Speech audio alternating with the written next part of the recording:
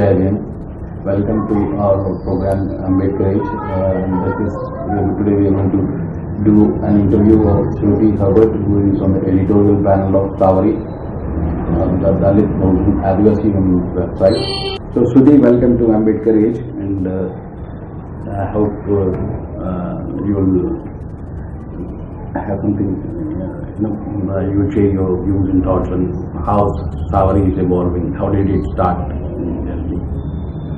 Jai Hind, thank you, Kuffir.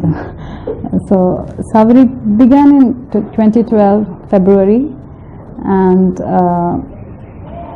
I think one of the explicit, as our tagline says, this is a space where Dalit Bahujan and Adivasi women converse. So it began as a it offered a platform, a safe space for women to talk to each other and find our own spaces and voices. One of the other things that it did is to try dislodge the Dalit Bahujan and Adivasi women's narratives from the marginalized position into the center of the discourse.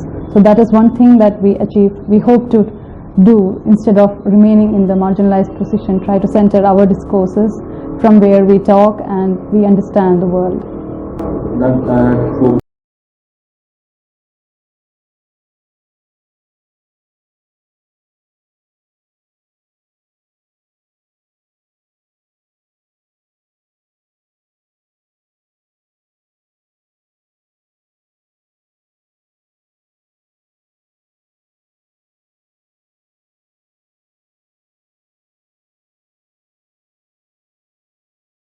I started becoming very active in the editorial process only from the beginning of 2015. So before that we had other editors and people who were very active, and then I was a member of the group, and then I became more active in 2015. But nevertheless, when I started doing the work, it was made easier because of the experience of others who had already done this. So they helped me also to do my work very well. You're right. We don't have. This is completely voluntary. So we don't pay anyone, and we don't get paid. So there is a lot of commitment and passion that drives the existence of the space, the continuing existence of the space.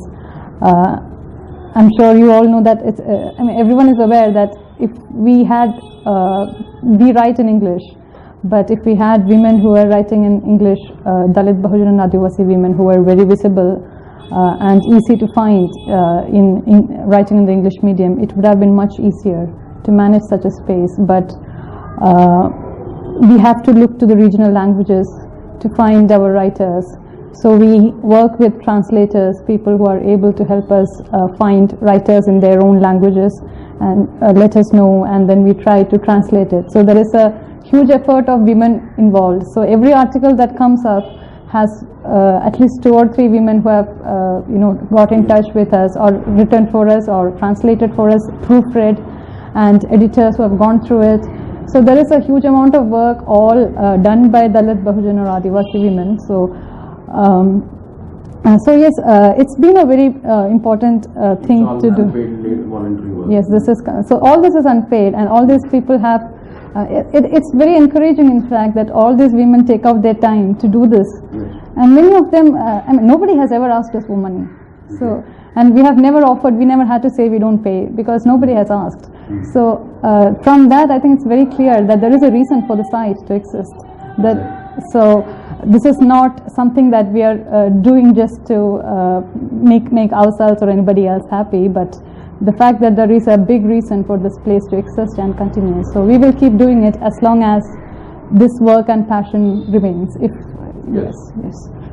That is very interesting, because it is fully started by women, conceived by women, and is being run by women, and they have, I guess, some ups and downs. Yes. But despite that, over the 5 years, you have produced very important content and some important interventions.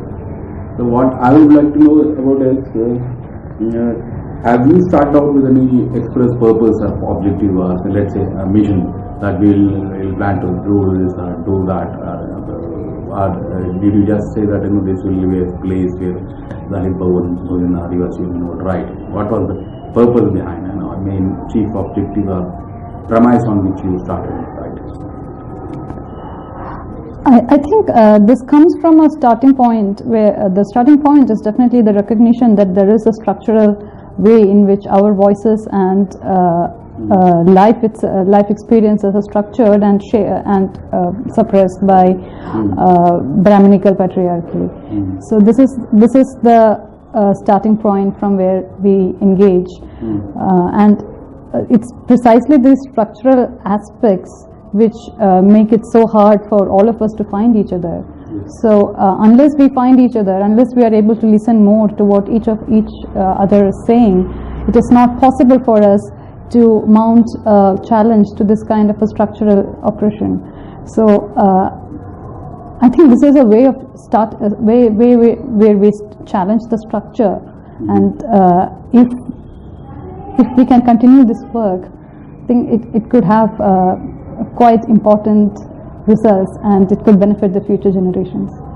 Yes, we hope so. We certainly hope so, and it has already, in a way, raised, as I said, very important interventions and questions. But it is a women's side primarily. So why only Dalit Bahujan women, Adivasi women are conversing on this space? Is there any reason for this? For us, it's fairly simple.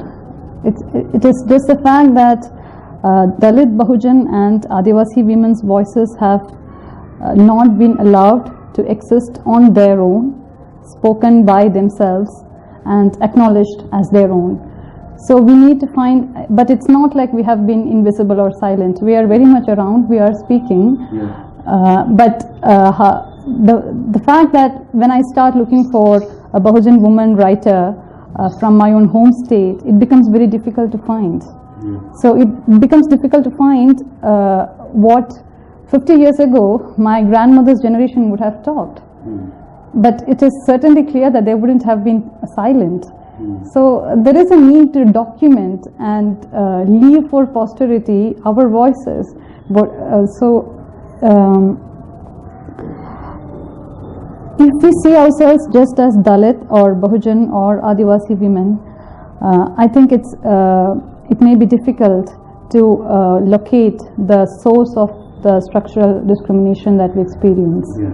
So this is why I think we also have to see that we are speaking from a position defined in many ways by Brahminical patriarchy, and we talk from such an understanding of the world. But was there some other part of the question that I missed out? I said why only this women? Yes, because we need safe spaces too. If you see women from all of the particularly the dominant communities don't have a problem finding a space to speak or being protected in these spaces. But the moment a question gets raised from a different location, from a marginalized location, then you are faced with questions which you have to answer yourself.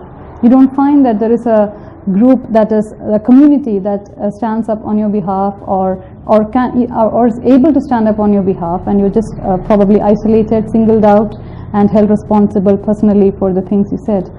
So it becomes important to find a space where we can talk amongst ourselves first of all, to understand the similarities in our situation, build a community of community through shared experiences and understandings, and then be able to mount a meaningful critique. We have had several requests from women from other communities wanting to write in our spaces, but to be honest, it's a bit baffling because they have so many other spaces open. So why would you want to use a space which we have created out of non-existing spaces? So why? So it's always baffling to us why other people want to write in our space. So that's so more than it would be reductionist to see this as excluding others. It is possibly our efforts to include ourselves in the written and documented histories?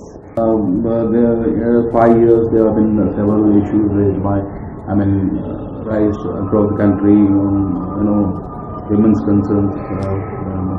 There was the nearby issue also.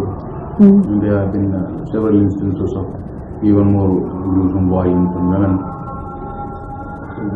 How do we, what has been your stance through these years?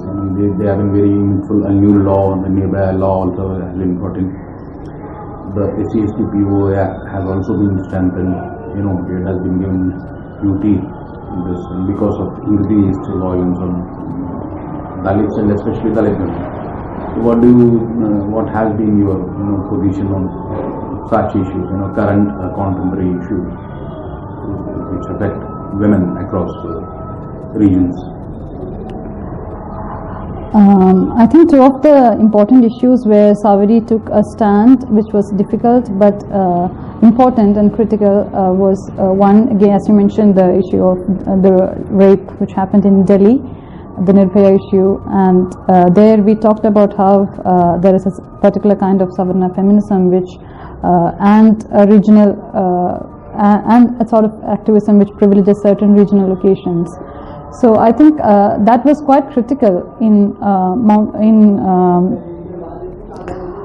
developing and or making people aware of violence that happens in other places in India. It's not just Delhi; it's in other places, and also the way in which the elite perceive threat when it is only close home, and definitely about the lacuna in Savarna articulations, Savarna feminist articulations. The victim was also made casteless, and the space was also made, yes, a kind of universal dream. Yes. India. Yes, we do identify that the closer it hits home, the more probability it is that it could be you. I think it becomes more imperative for them to respond. But when it happens in a distant place or a distant location where the victim need not be you, then Savarna feminism probably finds itself not so interested in engaging to these issues. So I think we did point out at that point that there were so many issues happening in just nearby Haryana which did not grab the attention, gruesome violence happening on women in Haryana which did not grab the same attention. So that was one issue that we took a stand which was our own, and we differed from the mainstream discourse. The other was when the Badawun incident happened, and I'm sure. Two girls, yes, the two girls were. They were found hanging on a tree, and minors both. Yeah, both of them minors, and there was much hue and cry. But many people chose to share images of these girls as if that would help raise awareness. And to be fair, it was not just Savarna people, but also people from our own communities who thought that sharing these images are going to strengthen the struggle against caste and patriarchy. Newspapers published these, mainstream newspapers published these images, when it is legally not permissible to. That has to be emphasized. Yes. Even legally. Yeah, it is illegal to publish these images. So we wrote to the Press Guild of India and the editors of the newspapers, I think like Dalit Bhaskar. The letter can be found on the website even now. So the media watchdog Hoot Hoot. Yes, Hoot was named. So we wrote this letter saying that we object to the victims when they are Bahujan women not being granted privacy and the legal protection that they are offered in such situations. Even as in many other cases of rape or violence, women's identities are protected when they are from other privileged locations. So that was quite an interesting intervention. We did not receive replies from any of these organizations that we wrote to until quite late, and we were given 1 or 2 days to respond, and it was nearly impossible to respond in that given time with a properly drafted and written out complaint. So we found that quite insensitive on the part of the media. But in an interesting twist, recently, maybe I would say about couple of months back, the Hoot published an article about the protection that the law guarantees and how the victims' identities should not be exposed, citing almost paragraph to paragraph the letter that we published in Savari. We brought it to their attention through our website, and we are aware that at least some people associated with the Hoot have noticed it, because we do have an email from them or Facebook, but they chose not to take down the article, and the article surprisingly was written by a man. So we find that while we put out these important insights as Dalit Bahujan and Adivasi women on our website, and we get criticized for that positions often being called as lack of compassion, the articles can be easily appropriated by men from different locations on these same privileged spaces. We find that hugely problematic and revealing much about the situation of the spaces available to us. Yeah, this leads to another question. Why do they think, spaces like Savari can be easily, poached upon, they can gain entry into that, just because you happen to have what is called sensitivity towards violence on women or whatever. So I noticed there are several instances of articles from Savari being quoted, cited without website or the author being mentioned. Why do they think these places are easily, as I said, poachable? That image is still there, despite Savari taking such an autonomous and fiercely independent stance on many issues. So it is still a space where it is not acknowledged, but even when it's acknowledged, it's seen as something, and seen with an aura of a difference. So, coming to the next question, there is a question of the victims' rights, and this issue is very little understood in India. Because violence, since the nearby episode started, there have been concerted efforts by the academia, from the media especially, to pour in more violence, especially in print and more so on television. To use violence on women as a tool to prevent violence against women, is that a reasonable kind of strategy? Is this acceptable? And the first thing is the victims' rights are anyway violated. It's not just someone, it's not an unnamed person like in films and television. We see that some dramatized versions of person and change in people saying that name. But despite that, the original victim is again the victim of fresh violence through the media. Yes. And this focus on violence has increased much more than it seems needed. What do you think of the issue? Especially the violence on women has become an issue separated, isolated from other social phenomena, and also seen as not having any causes as such. Violence is just violence. So it's not studied, it's not probed. The causes are not probed. How does Savari look at this newfound interest in violence in women? I think we take a very critical take on the recent spate of for attention that violence on women is getting, especially violence on marginalized women. We think that it is very counterproductive to freeze marginalized women as victims of violence, as if none of us could have escaped that inevitable fate. This is not honest, and this is not true to our own lives and the lives of most women that we know. On the other hand, like you said, this increased focus on violence, for instance, what happened with Badawun, and I think I'd written an article at that time where I talked about the rape of the girls being more important than the fact that they're dead. Yeah. So here, and this is we should remember that this is apparently people who are concerned about these girls who are giving more importance to their rape rather than their own death.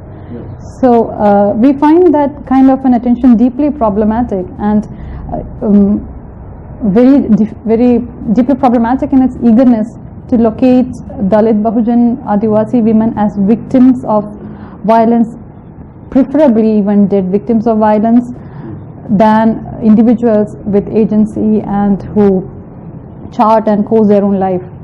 So we find that very problematic, and we think that this is counterproductive in the long run, because interestingly we get requests from other journalists or organizations to write about for a response when there is a spate of violence against particularly Dalit women. But if they go through our website, they should be able to see that we deal with topics other than violence like just rape and death. So we do talk about a lot of other issues, especially mainly about feminism. We talk about how exclusion feminism, academia. There are so many issues. Lack of opportunity, starvation. Yes.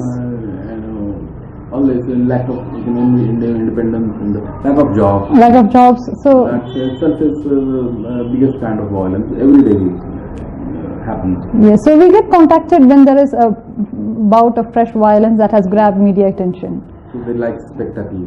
Yeah, this becomes very problematic for us, because we are trying to push the discourse beyond focus on us as bodies that are receiving violence. Yeah. We do want to see ourselves as individuals who are capable, who have already charted our own life course, leading to many of us being here in these spaces, writing, managing our own affairs, putting out our own voices on the internet, having a wider scope than many other people have. So wider reach, I mean, yeah. Yes. Yeah. Yeah. Coming to this, I mean, this aspect aside, but through all these years, there has been, a very wide diversity of articles, especially on Savari, I should concede. Apart from what we see on round table, Savari. In the shortest span of time has covered more range of articles in some ways. There are people writing on lots of issues, from reservations to even food and music and cinema. So it has been a way more vibrant space. But as you said, it's not seen as space to be read, but as a space to be studied. As you said, people expressing interest in interviewing you, rather than reading, and it's not like you are being expressly told to speak at some place, at a public media or academic function, in some other civil society, events. What is this dichotomy? You are still got to be studied but not read or understood. Yes. How do you say this? Yes, Kuffir, I completely agree with the way you have put it now. The dichotomy between the fact that we have to be studied rather than be understood. Yeah. So we have so many requests. We have frequent requests coming to us about, can you please give us some date and time to talk to you, because I'm doing some research on Dalit women, or I'm doing some research on violence against Dalit women. What are we supposed to do? Are we supposed to tell them what we think as editors of a website? Yeah. I think our expertise would be in that section at the moment, right? Not as survivors of violence. Yeah. We are in the capacity that they're writing to us. We are editors of the website. We are not survivors of violence. So why would they be writing to us to get our feedback on those issues? On the other hand, we find that most of these people would not have, in all likelihood, read our articles or try to understand what it is that we are trying to do through this space. Because if they had, they would not be always writing to us, you are a Dalit women's website.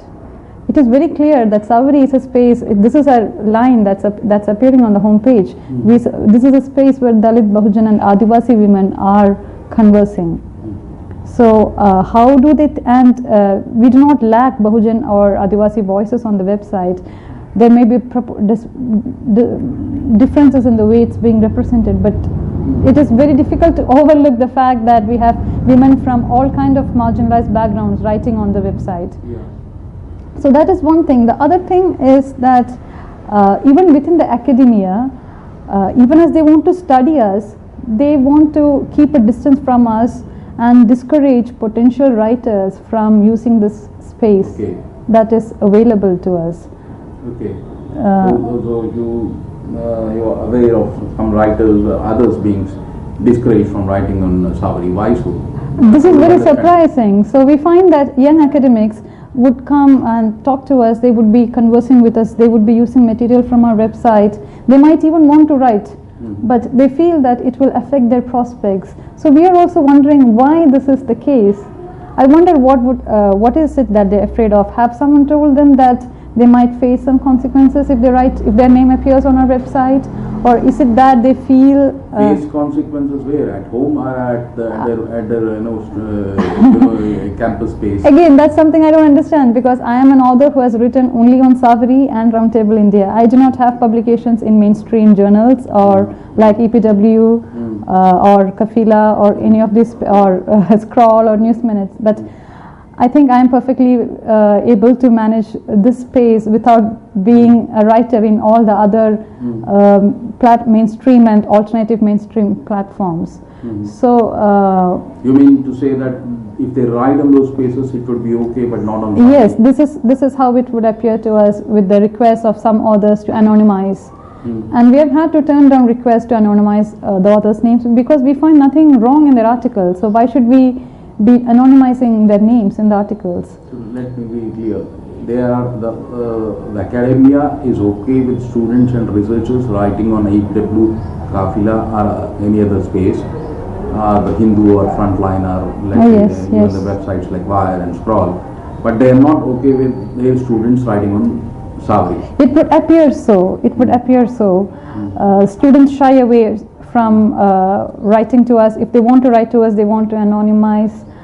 And sometimes there have been instances when we have been told that I want to take care of my career as well. So I think it may not. But I am quite surprised. I don't see that as a person in the academics myself. I don't see myself being published article actually enhances a student CV.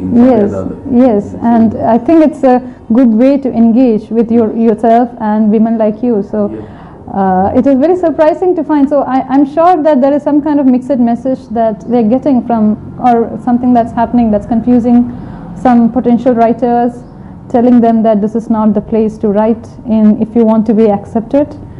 So that's quite an interesting thing for us to. So that is the support you receive from academia and media. That's true. But so we find that our name is being dragged unnecessarily in very negative ways, hardly ever in positive ways. Or it's just to be studied. We have objected to several researchers who wanted to study us. We have sent mails saying that we object. Some people have sent us articles they've written about us, and we have sent replies saying that we object to the way you have used the material, or you have subjected us to your study that is an unequal power relation. And we've got even more defined responses from these writers.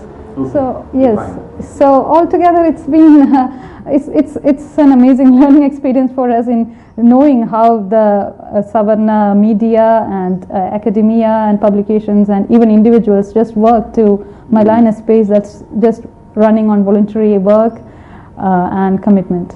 So you have faced all these challenges. The first is the lack of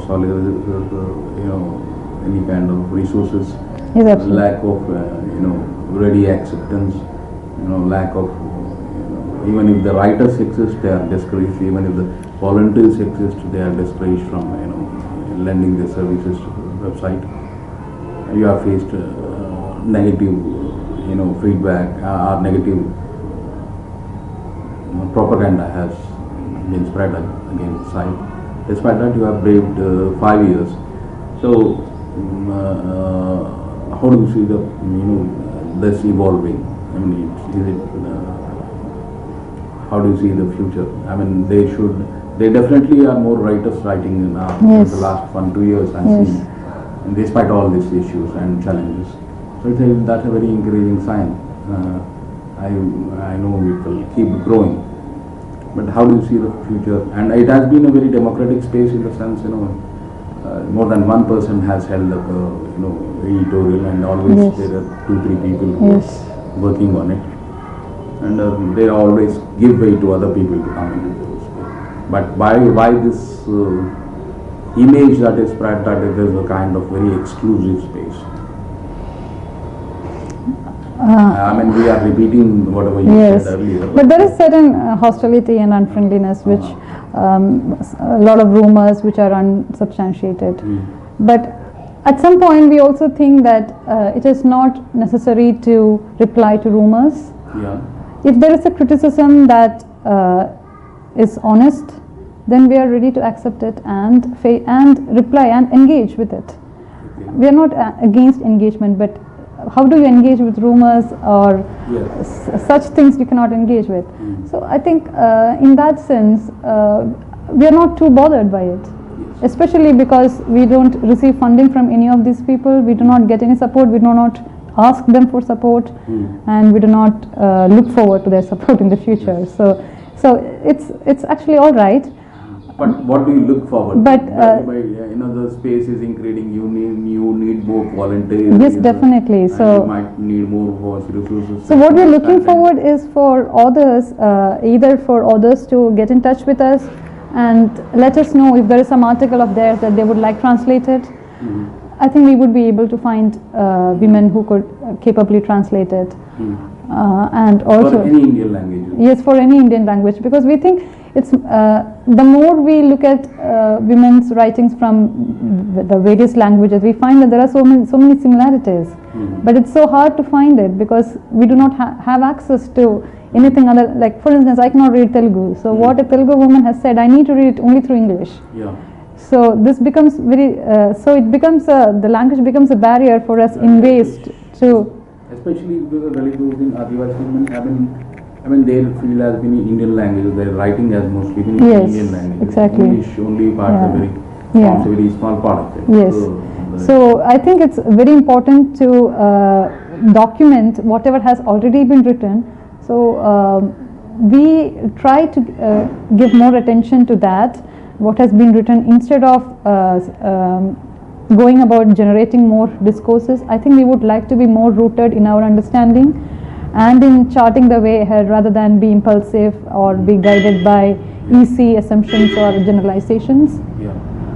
Yes, so I would just like to take this opportunity to kind of ask the younger women and the older women to please get in touch, write to us, write for us, translate for us, be a part of Savari yes. gmail.com. Yes, Savari group at gmail.com. Savari group at Yes.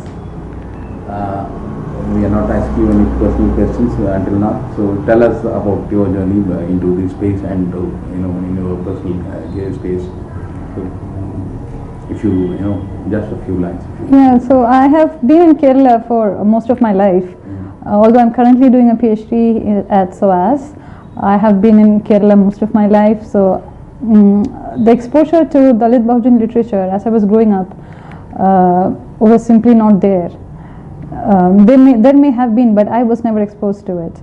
So I think it has been a long journey for me to get out of the way in which I was brought up, not really by my parents, but I would say more of the social, all the institutions, and how my perspective had been shaped into. It's a slow journey, it's a continuing journey, it's not over, but I feel that there is much more to learn, and as part of Savari, I have learned so much from all the writers, all the women we have interacted with, and all the Dalit Bahujan men who have also been a part of the journey. Yes, of course. So I would like to personally thank all of them and hope that the growth never stops. Thank you very much. Thank you, Kuffir.